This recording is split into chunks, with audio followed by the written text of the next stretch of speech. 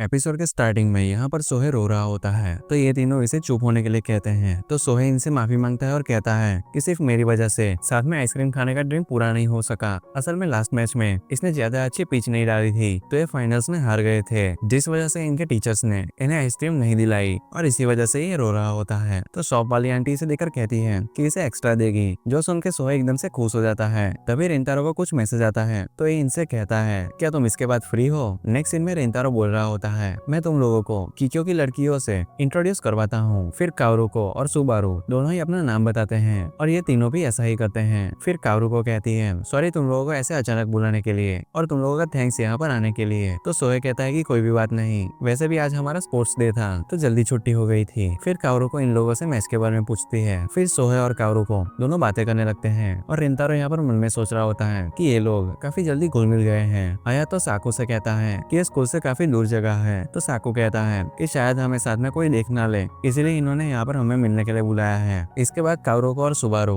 कल इन्हें बचाने के लिए थैंक्स कहते हैं, जहाँ पर इन तीनों का रिएक्शन कुछ ऐसा होता है। फिर कावरुको इन्हें ये खाने की चीजें देती है और दोबारा से थैंक्स कहती है। आया तो चिप्स लेते हुए उन्हें थैंक्स कहता है और सोहे रोते हुए बोलता है कि तुम कितनी अच्छी हो, थैंक यू। फिर सुबारू एकदम से खड़ी होती है और बोलती है उस दिन लाइब्रेरी में तुम लोगों को बिना जाने मैंने बेकार बिहेव किया क्योंकि तुम चिदोरी से थे। उस मिस ट्रीटमेंट के लिए मैं तुम लोगों से माफी मांगती हूँ। तो सोहे कहता है वैसे उस दिन क्या हुआ था मुझे कुछ याद नहीं है। फिर सब इसकी तरफ देखने लगते हैं। अब तो ये कहता है वो सब लगभग 1 महीने पहले हुआ था, आखिर किसको इतने टाइम पहले की बातें याद रहती है। फिर आया तो इसे याद दिलाता है कि उस दिन ये लड़ रहा था। तो ये बोलता है कि क्या सच में। फिर ये कहता है कि कोई भी बात नहीं, मुझे कोई भी परेशानी नहीं है और वैसे भी मुझे इंसल्ट सहने की आदत हो गई है। साकू भी सॉरी कहता है उसके रूड वर्ड्स के लिए, जो सुनकर सभी लोग हैरान हो जाते हैं। तो सुबारू कहते हैं कि नहीं कोई भी बात नहीं। इस बात पे सोहे साकू को चिढ़ाने लगता है। कावरुको सुबारू को इशारा करते हुए कह रही होती है कि वो चीज अभी दो। फिर सुबारू कहती है कि मैं भी अपोलॉजी और थैंक यू गिफ्ट लाई हूँ, जिसमें कुकीज होती है, जिसे देखकर ये लोग हैरान हो जाते हैं क्योंकि ये कुकीज काफी एक्सपेंसिव होती है। ये चारों इन दोनों को थैंक्स कहते हैं और साथ में पेस्ट्री पार्टी करने की बात करते हैं। सुबारू मना करती है लेकिन सोहे साथ में खाने के लिए कहता है। तो ये बोलती है लेकिन मैं किक्यो से हूँ। तो सोहे कहता है कि हमें इससे कोई भी फर्क नहीं पड़ता, हमें किक्यो हेट करता है, बस इसी वजह से हम तुम लोगों के साथ इन्वॉल्व होना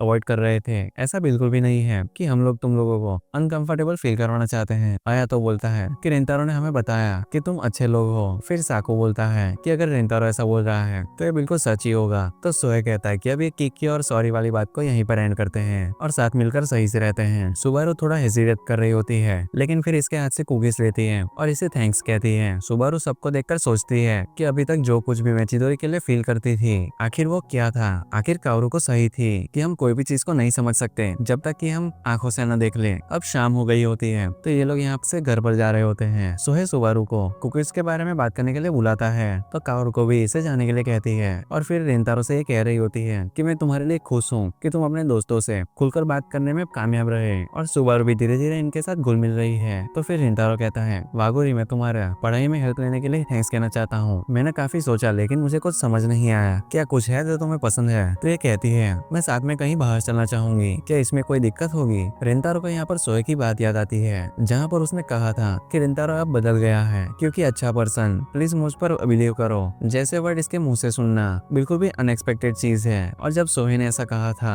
तब रेंतारो के दिमाग में कावरुको आई थी। फिर अगले सीन में रेंतारो ट्रेन में होता है और ये नर्वस हो रहा होता है क्योंकि इस बार मिलने का रीजन पढ़ाई या फिर कोई काम नहीं था। वहाँ पर ही एक लड़की अपने बॉयफ्रेंड से डेट पर चलने की बात कर रही होती है। तो रेंतारो थोड़ा सा हैरान हो जाता है और बोलता है कि नहीं नहीं हम बस मिल रहे हैं। फिर ट्रेन से बाहर आकर ये सोच रहा होता है कि कावरुको का दिन अच्छा करना आज का मेरा गोल है। तभी वहाँ पीछे से कावरुको आती है और ये यहाँ पर हंसते हुए कहती है कि हम सेम ही ट्रेन में थे और फिर कहती है मैं आज के लिए एक्साइटेड हूँ। नेक्स्ट सीन में ये लोग एक साथ एक्वेरियम में होते हैं। तो रेंतारो कावरुको से कह रहा होता है कि इसके बाद डॉल्फिन शो देखना चाहोगी। तो यही से हाँ कहती है और अंदर ही अंदर एक्साइटेड हो रही होती है क्योंकि वहाँ पर कोई स्पेशल प्रोग्राम होने वाला होता है। फिर ये कहती है कि शो 3 बजे से स्टार्ट होगा तो तब तक तो हम घूम सकते हैं और मैं कुछ खाना भी चाहूंगी और थीम रेड सी लाइन मिनी शो भी जरूर देखूंगी, लेकिन क्या हमारे पास इतना टाइम होगा। फिर रेंतारो हंसने लगता है और कहता है कि कोई भी बात नहीं, सब हो जाएगा। लेकिन ये बोलती है कि जो चीजें तुम करना चाहते हो आखिर उसका क्या होगा। तो रेंतारो कहता है कि आज हम वो सारी चीजें करेंगे जो कि तुम करना चाहती हो। जो सुनकर ये यहाँ पर खुश हो जाती है। फिर ये लोग घूमते और राइड्स पर भी जाते हैं, जिसके बाद ये दोनों साथ में खाने के लिए बैठे हुए होते हैं। रेंतारो फिर इससे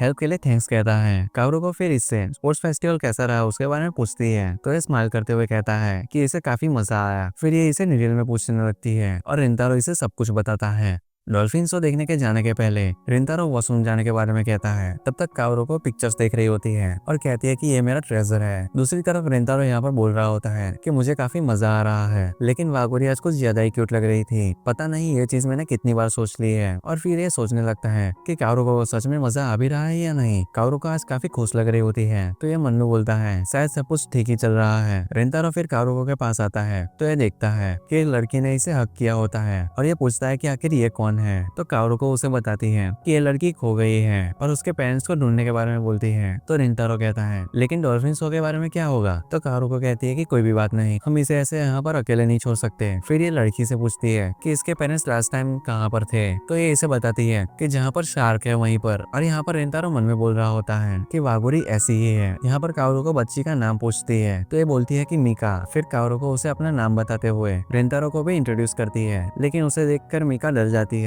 रिंतारो फिर स्माइल करते हुए इसके पास आता है और अपना नाम बताता है। इसके बाद काओरू को मीका को रिंतारो के पास छोड़ती है और खुद मीका के पेरेंट्स को ढूंढने चली जाती है। ये दोनों यहाँ पर इसीलिए रुके होते हैं कि इसके पेरेंट्स इसे यहाँ पर ढूंढने के लिए आ सकते हैं। तो मीका यहाँ पर बोलती है कि सॉरी आपको परेशान करने के लिए, आखिर मेरी वजह से आपकी डेट खराब हो गई। रिंतारो हैरान हो जाता है और कहता है कि ऐसा कुछ भी नहीं है। तो मीका उससे कहती है कि मैं भी डाइकी के साथ डेट पर जाना चाहती हूँ, वो मेरे क्लास में है, मैं उसे काफी पसंद करती हूँ, वो काफी कूल है। तो ये कहता है कि अच्छा ऐसी बात है, लगता है तुम काफी पसंद करती हो उसे। तो मीका कहती है कि हाँ बहुत ज्यादा, जब भी मैं उसे स्माइल करते हुए देखती हूँ मुझे काफी खुशी होती है। तभी यहाँ पर काओरू को इसके पेरेंट्स के साथ आ जाती है। मीका के पेरेंट्स इन्हें थैंक्स कहते हैं और जाने से पहले मीका रिंतारो के कान में कहती है कि तुम्हारी और काओरू की जोड़ी काफी अच्छी लगती है, जो सुनकर ये यहाँ पर ब्लश करने लगता है। और फिर मीका यहाँ से चली जाती है। काओरू को फिर कहती है कि डॉल्फिन शो अभी तक तो खत्म हो गया होगा, अब हमें घर चलना चाहिए। तो ये कहता है कि यहाँ पर नाइट शो भी है, अगर तुम्हारे पास टाइम हो तो तुम देखना चाहोगी। और ये खुश होते हुए हाँ कहती है। फिर अगले सीन में ये लोग डॉल्फिन शो को देख रहे होते हैं। तो काओरू को बोलती है कि रियल लाइफ में तो ये और भी ज्यादा अच्छा है। और फिर ये रिंतारो से थैंक्स कहती है और फिर बोलती है कि मैं हेल्प के रिटर्न में कुछ भी नहीं चाहती थी, तुम्हारी हेल्प कर पाना ही मेरे लिए काफी है। और जब तुम मेरे साथ बाहर जाने के लिए मान गए थे मुझे उस चीज से काफी खुशी हुई थी। थैंक यू सो मच आज के लिए, मुझे आज बहुत मजा आया। इसकी स्माइल को देखकर रिंतारो मन में कहता है कि मुझे कभी नहीं लगा था कि मैं किसी के बारे में ऐसा फील करूंगा। फिर इसे मीका की बात याद आती है। फिर एक काओरू की स्माइल को सोचते कह रहा होता है कि अब मुझे सब समझ में आ रहा है, इन इमोशंस को